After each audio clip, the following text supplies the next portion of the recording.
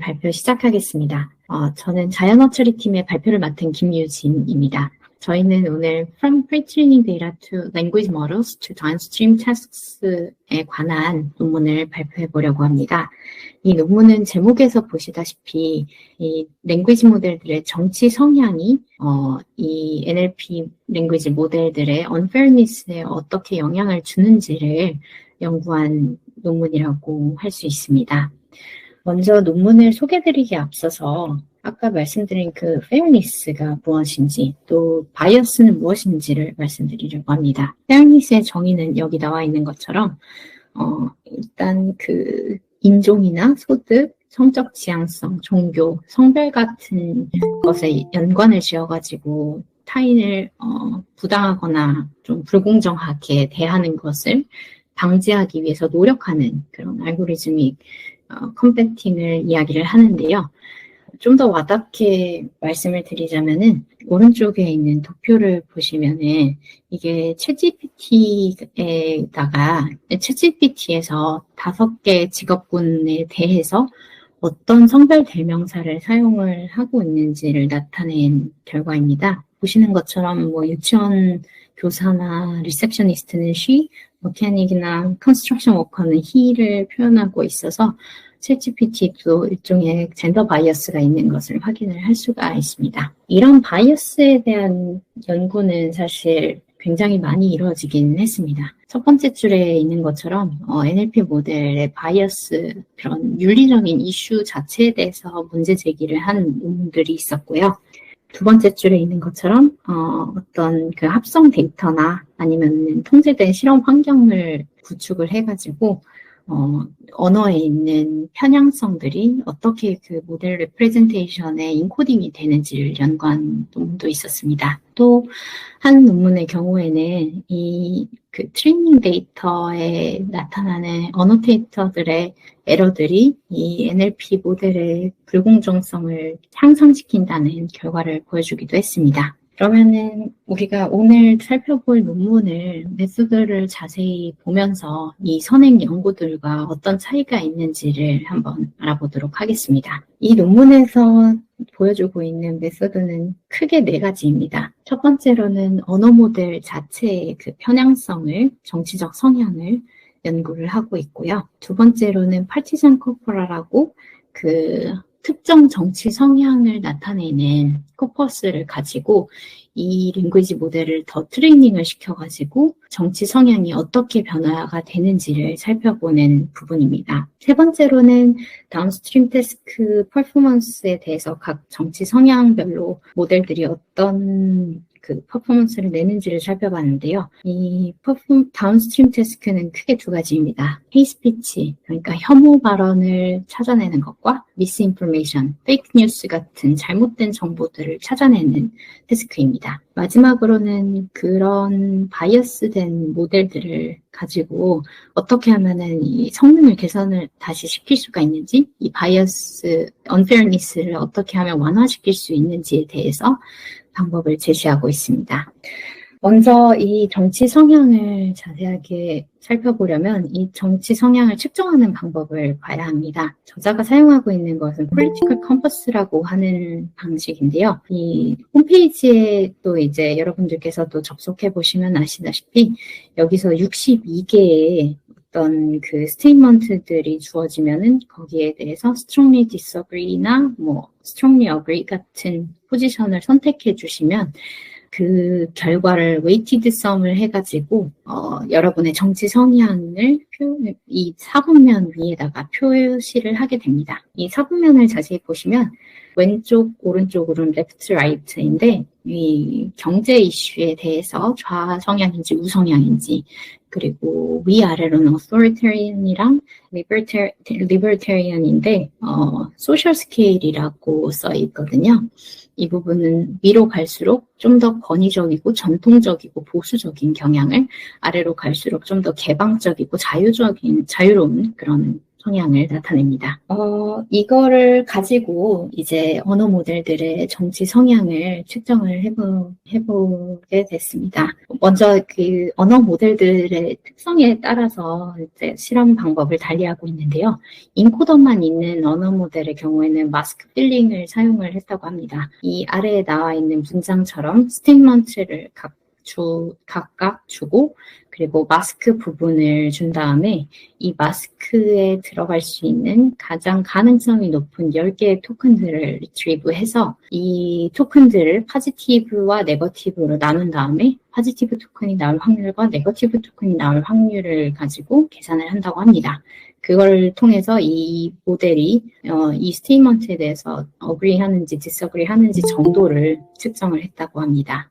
랭귀지 제너레이션 모델의 경우에는 텍스트 제너레이션을 사용을 했는데요. 여기 your response 부분에 어떤 답변이 들어가는지를 가지고 스탠스 디텍터를 사용해서 이 모델의 모델이 이 스테이트먼트에 대해서 어떤 스탠스를 가지고 있는지를 확인했다고 합니다. 여기에 사용된 모델은 총 14개입니다.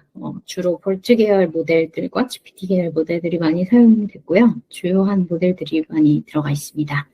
그리고 스탠스 디텍터는 바트 모델에 기반을 해서 멀티 NLI로 트레이닝이 된 모델입니다. 그리고 이 스탠스 디텍터 자체의 정확성도 휴먼 이밸루에이션으로 테스트를 해봤더니 0.97의 정확성, 그러니까 거의 1에 가까운 매우 높은 정확성이 나타났다고 합니다.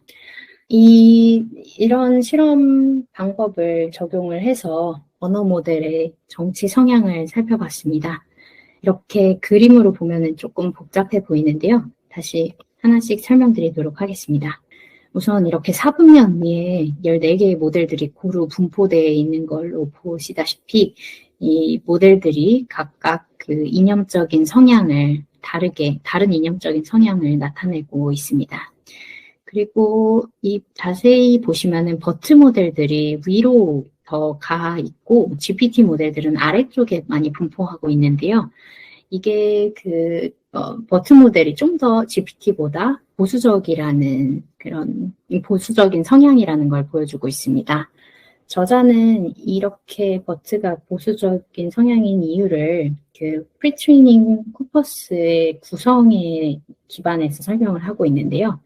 초기에 그 버트 같은 언어 모델들의 경우에는 북코퍼스라고 하는 그 코퍼스가 주로 이제 프리트레이닝에서 큰 역할을 차지를 했고, 그 후기에 GPT 계열 모델들은 커먼 크롤이나 웹 텍스트 같은 좀 더 소셜 미디어 같은 그런 웹 텍스트들이 많이 사용이 됐기 때문에 버트 모델에 비해서 최근 모델들이 좀 더 리버럴한 성향을 가지고 있다고 합니다. 그리고 모델들이 주로 왼쪽, 오른쪽으로 이코노믹 이슈에 대해서는 크게 달라지지 않는데 위아래로는 굉장히 다양하게 분포하는 걸 보실 수 있습니다. 저자가 설명하기로는 이코노믹 이슈 자체가 조금 일반 대중들이 접근하기에는 기초적인 지식도 필요하고 어려운 주제이기 때문에 대부분 소셜 이슈에 대해서 더 활발하게 다양한 논의가 이루어지는 경향 때문이라고 합니다. 여기까지 일단 앞부분을 설명드렸는데요. 혹시 질문이 있으실까요? 네, 감사합니다. 그러면 이제 두 번째 메소드에 대해 설명드리겠습니다. 두 번째 메소드는 그 파티전 콜퍼를 가지고 프리트레이닝을 더 시키는 방법인데요. 이 파티전 콜퍼는 어떻게 구하냐면 일단은 그 뉴스와 소셜미디어는 여기서 레딧이었습니다. 이 두 가지 도메인으로부터 데이터를 모으고 그 데이터를 가지고 레프트인지 아니면 중립인지 우성향인지 이렇게 세 가지로 정치 성향으로 나눠서 총 6개의 코퍼스를 가지고 실험을 하게 됩니다. 그리고 이 코퍼스들에 대해서 이 로버타 기반의 헤이스피치 클래시파이어를 이용을 해서 이 헤이트 스피치 같은 것들을 미리 제거를 하게 되는데요. 저자는 이렇게 클린한 데이터만을 사용을 해도 모델의 정치 성향들이 어떤 그 영향을 가지게 되는지, 편향성에 어떤 영향을 주는지를 보여주고자 클린 데이터만 사용을 했다고 합니다. 그리고 아까 말씀드린 14개의 모델 중에서 로버타랑 GPT-2에 대해서만 이 코퍼스로 프리트레이닝을 진행하게 됩니다. 이렇게 파티션 코퍼라를 가지고 트레이닝을 했을 때 이 원래 모델의 좌표에서 이 좌표가 어떻게 이동이 되는지를 왼쪽 그림에서 보여주고 있습니다. 여기서 보시는 것처럼 모델들이 레프트면은 조금 왼쪽이나 아래쪽으로, 라이트면은 오른쪽이나 위쪽으로 이동을 하기는 합니다. 이동을 하긴 하는데 그 이동하는 그 폭이 여기 로버타의 레디 레프트만 빼고는 모두 크지는 않습니다.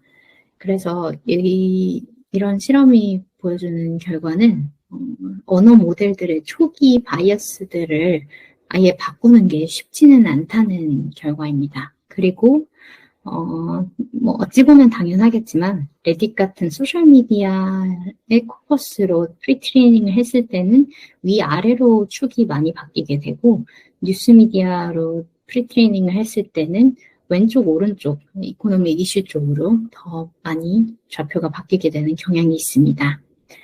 그리고 또 하나 재밌는 실험을 저자가 진행을 했는데요. 우선 정치 과학적인 그 분야에서 정설로 나타나는 것 중에 하나가 도널드 트럼프 대통령이 당선된 이후에 그 정치나 이념적으로 그 양극화되는 경향이 많이 두드러지게 나타났다고 합니다. 그래서 여기에 착안해서 저자는 아까 말씀드렸던 6개의 코퍼스를 프리, 포스트 트럼프로 해서 나누어서 실험을 진행해 봤다고 합니다. 여기서 왼쪽에서 보시는 게 이제 화살표로 이동을 하는 게 프리에서 포스트 트럼프로 이동을 하는 것들인데요. 보시는 것처럼 그 랭귀지 모델들이 이런 양극화되는 경향을 그대로 반영을 해주고 있습니다. 모든 모델들이 좀 중앙에서 벗어나는 경향을 보여주고 있고요. 그런데 여기서 이 빨간 점선에 나타난 것처럼 GPT-2를 뉴스 라이스로 한 것과 로버타를 레딧 라이스로 프리트레이닝 한 거는 반대 방향으로 좀 이 모델이 이동을 하고 있습니다. 이게 어찌 보면은 좀 카운터 인투이티브한데 그 정치과학 연구에서 그 주장하고 있는 바에 따르면 이 시기에 그 우익 성향 커뮤니티들 사이에서 이코노믹 이슈에 대해서 좀 기존 기성세대 정치 성향에 대한 반감이 굉장히 많이 형성이 됐다고 합니다. 그래서 우익 성향 커뮤니티에서도 좀 좌쪽으로 그 경제 이슈에 한해서 좌쪽으로 이동을 하는 경향이 나타났다고 합니다. 그러면은 이렇게 파티션 코퍼라를 무한히 많이 트레이닝을 시키면은 이 모델이 더 극단적인 성향을 가지게 될까요? 저자가 그거를 한번 실험을 해봤는데요. 에포크를 더 늘려보고 코퍼스 사이즈를 늘려서 실험을 해봤을 때 어떻게 되는지를 관찰했다고 합니다.